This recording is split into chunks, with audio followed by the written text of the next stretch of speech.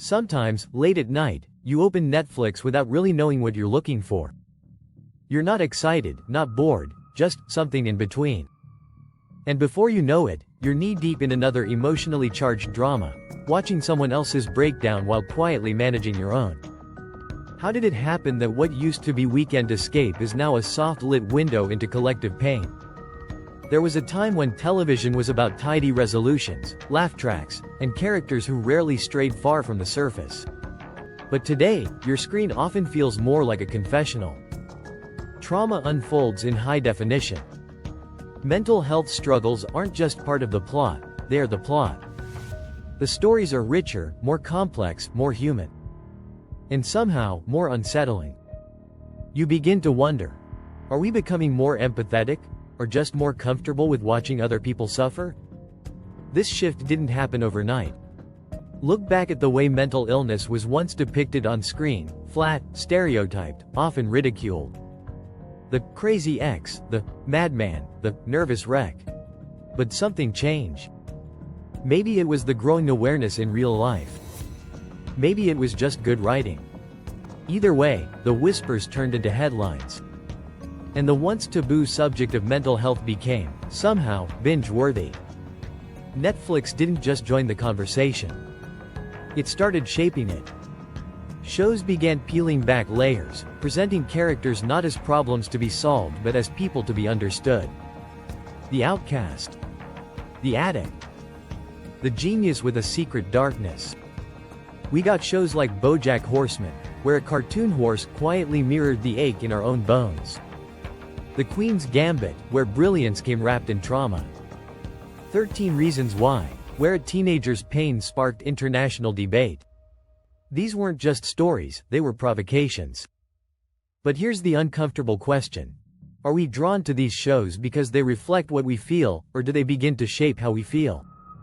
Netflix's algorithms, after all, are designed to serve you more of what you watch. So if you've been feeling low and end up watching one dark drama, it's not long before the platform starts feeding you an entire buffet of pain. The line between empathy and emotional spiraling begins to blur. Sadness becomes a feedback loop.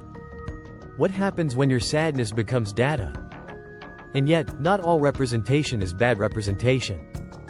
These shows start conversations that were once impossible. But some, like 13 Reasons Why, spark more than conversation. They spark controversy. For every viewer who feels seen, there's another who feels triggered. Some praise the honesty. Others call it dangerous. Both might be right. Because there's a thin line between advocacy and exploitation. And it's easy to cross it when pain becomes content.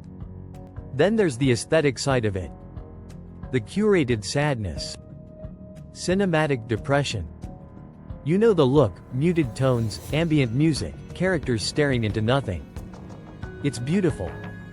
It's haunting. And maybe, it's misleading. There's a danger in packaging suffering so neatly. Depression isn't poetic.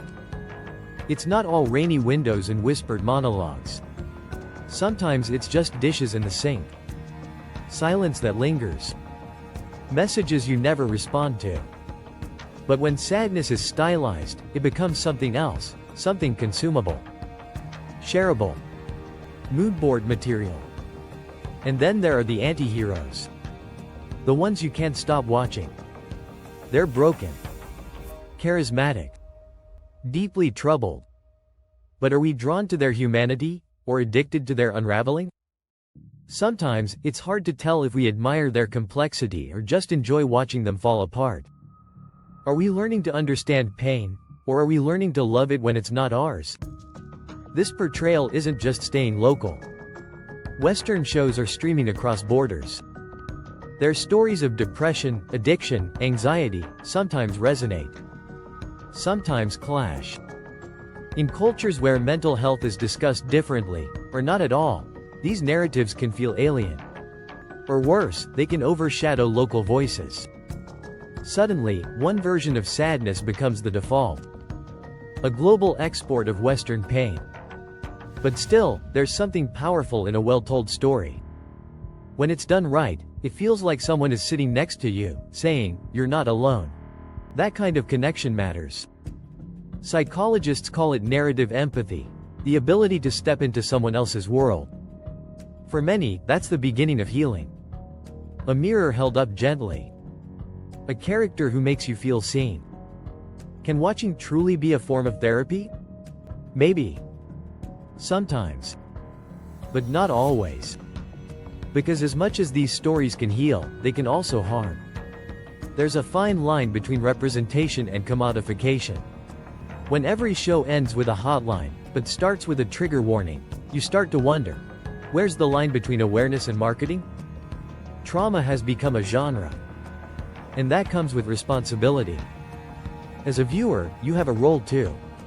What you consume becomes part of you. It shapes your thoughts, your moods, your inner voice. So watch wisely.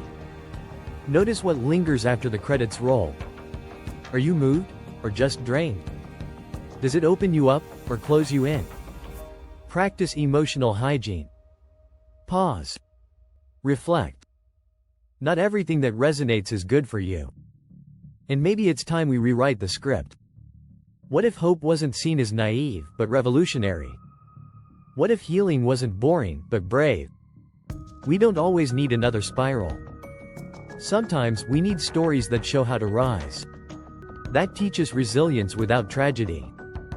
That make us feel seen, without making us bleed. Because the screen is both mirror and mold. It reflects who we are, but it also shapes who we become. So the next time you press play, remember, you're not just watching a story. You're letting it watch you back. And that choice? It matters.